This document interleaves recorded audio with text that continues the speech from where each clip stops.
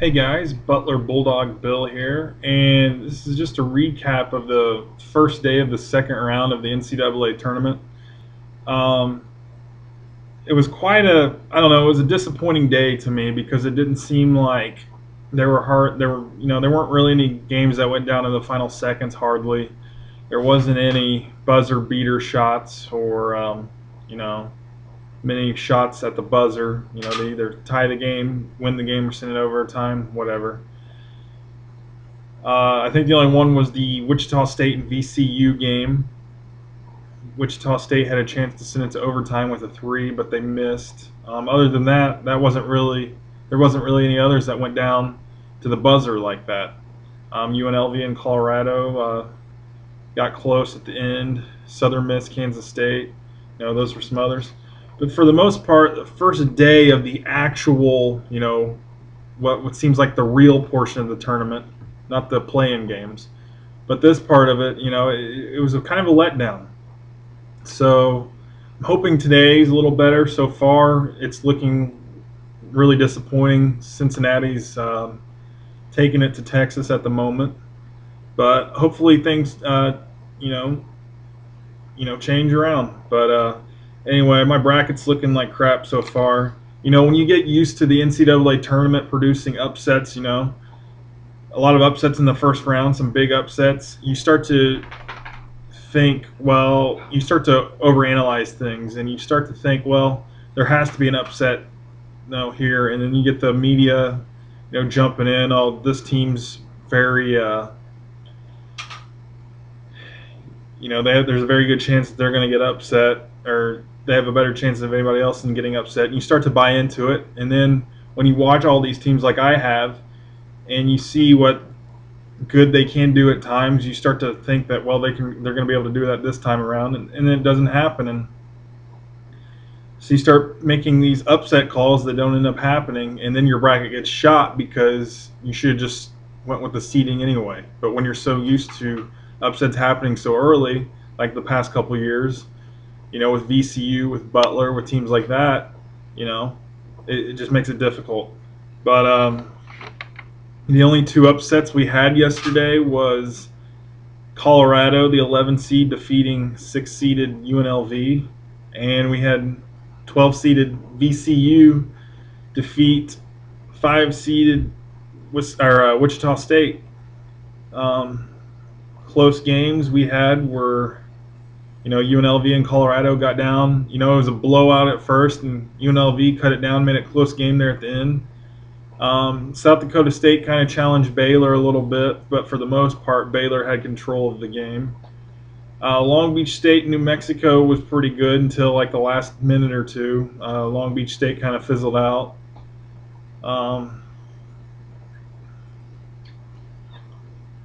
Let's see, what else?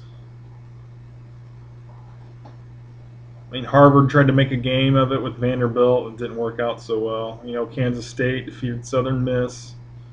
Syracuse and UNC-Asheville. I'm going to get to that in a second. My bracket, I had Connecticut beating Iowa State. That was wrong. Had Wichita State beating VCU and then actually beating Indiana to move on to the Sweet 16. That's basically a double whammy right there. Had Long Beach State going to the Sweet 16, another double whammy. I had Davidson beating Louisville. That was, the offense that Davidson has won the top in the NCAA. And I figured they'd be able to hit their three-pointers at will against Louisville. Didn't happen. They couldn't buy a three-pointer yesterday. But yeah, let's see, for today I've got the only upset I have for today's games is 14-seed Belmont over Georgetown, a 3-seed. But anyway, I feel like I need to get this off my chest. The Syracuse and UNC-Asheville game from yesterday. First of all, before I go on my little rant, I want to say I do respect Syracuse. I don't really have anything against Syracuse, the university, the basketball team. Do I like the style of defense they play, the 2-3 zone? No, but you know what? Jim Boeheim's won a ton of games, and I respect Jim Boeheim for what he has accomplished. For the most part, he's run a clean program. Stuff starting to surface now. I was rooting for Syracuse in the 2003 national championship game against Kansas, and I was glad they won. And Syracuse fans, I like Syracuse fans. I have nothing against. Like I said, I have nothing against Syracuse. So for any of the Syracuse fans or anybody associated with Syracuse gets mad at me, let me just get that out there now. But what I have a problem with is the officiating for the game against UNC-Asheville yesterday. We were basically robbed of a historical moment in college basketball because I feel like, well, let me take that back. We quite possibly were robbed of a historical moment in college basketball yesterday. If the officiating was better, would that mean that UNC-Asheville would have won? No. Would it mean they would have? Syracuse would have won? No. I think the players would have decided, and it would have been right down to the final buzzer. Not saying UNC-Asheville would have won, but it would have been, they would have had the game in their hands to decide their own fates if they were going to win or if they were going to lose. There are 3 calls that are getting a lot of attention from the media right now in that game. There was a goaltending call that was missed, and that was legit. In the second half, UNC-Asheville put up a shot that got goaltended, and it took away 2 points from UNC-Asheville, and Syracuse started a little run. It got momentum swinging in their direction. That was a big call because that got the ball rolling for Syracuse. There was an instance where they called a lane violation on UNC-Asheville, or they said that UNC-Asheville committed a lane violation on the free throw, and that was legit. That one, that you can't argue with that call because that's how it is in the NCAA. If you're on the blocks there along the lane, for the free throws, you are allowed to move off the block when the free throw leaves the hands of the shooter. So once the ball is in the air, you're allowed to leave the block. However, if you are behind the 3-point line, behind the perimeter, you are not allowed to run inside the perimeter until the ball hits the rim. So that one was legit because the player ran in from UNC-Asheville. He ran into the within the perimeter, grabbed the rebound, before the ball even hit the, ball hit the rim, and then he got the rebound because, he had that head start. So that one was the right call in favor of Syracuse. Now, the next thing was, Syracuse hits a free throw, and they're passing the ball inbounds. A Syracuse guy goes to get it along the sideline, and he gets bumped a little bit by a UNC-Asheville player. But that's called incidental contact. When nobody has possession of the ball, that's not a foul. And they didn't call it a foul, but what they did call, it went off the Syracuse player's hands, and it went out of bounds, and they gave the ball right back to Syracuse. And it was plain as day, and they still gave it back to Syracuse. That was wrong. That was number 2 of the screwed up calls, of the big ones that they're talking about. And I'm seeing stuff on message boards from Syracuse fans saying stuff like, well, there should have been a foul called, so, they split it.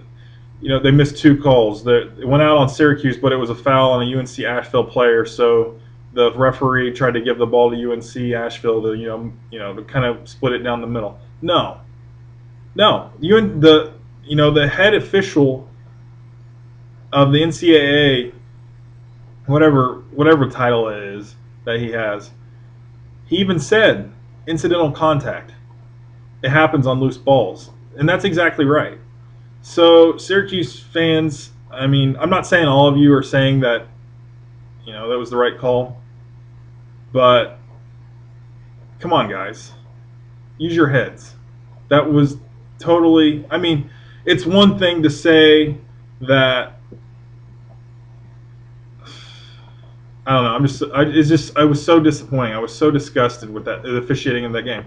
And they call out those 3 plays, but it was the entire game. Syracuse was getting away with hacking UNC-Asheville the entire game. They were getting away with so much crap. And UNC-Asheville, every time they laid a finger on Syracuse, it seemed like they were getting a foul called on them.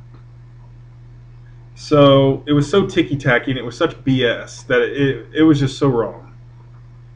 And what I want to hear from Syracuse fans is them saying, you know what, we were given this game by the officials. We didn't, I'm not saying that you have to come out and say that we would have lost this game if it wasn't for the officials, but I want to hear them say that we were handed this game by the officials, because they took UNC-Asheville right out of the game, and they lost the game because of that.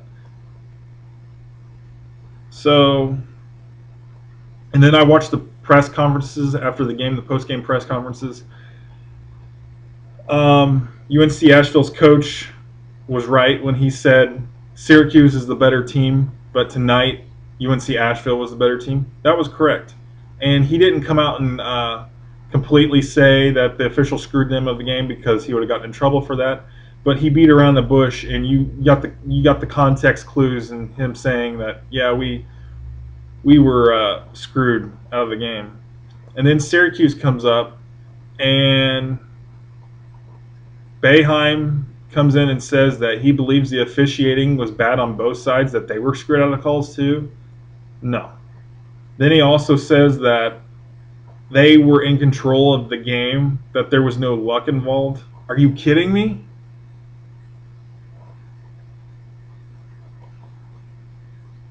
It just absolutely ticks me off when the fans won't own up to the fact that they were handed the game, when the coach won't own up to the fact that they were handed the game. If that was freaking Bob Knight up on that, up in that press conference, and his team was just handed the win, he would have come out and said, you know what, we didn't deserve this win.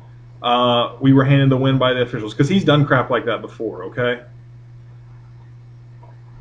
So for Syracuse, I don't know. There should be an asterisk next to that. Yeah, Syracuse officially won the game, but UNC-Asheville was the true winner here, and they know that. Their players know that, and I'm glad. But those officials need to be fired. They need something, because that was total BS. I don't know. Rant's over. Anyway, good luck to Syracuse in the next round against Kansas State. That's really going to be a tough one. Hopefully there won't be any more mess-ups in the officiating for the rest of the NCAA tournament. But anyway, thanks for watching, guys. Have a good day.